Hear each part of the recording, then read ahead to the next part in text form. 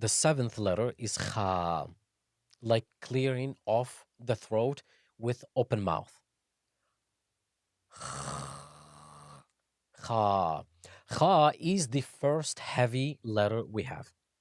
This letter is the closest throat letter to the mouth. The closest, which means the top of the throat, but it's the closest throat letter to the mouth. It is pronounced with an open mouth, like you're making the snoring sound.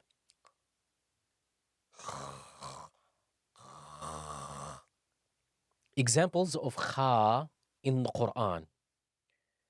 أعوذ بالله من الشيطان الرجيم وعسى أن تكرهوا شيئا وهو خير لكم وعسى أن تكرهوا شيئا وهو خير لكم.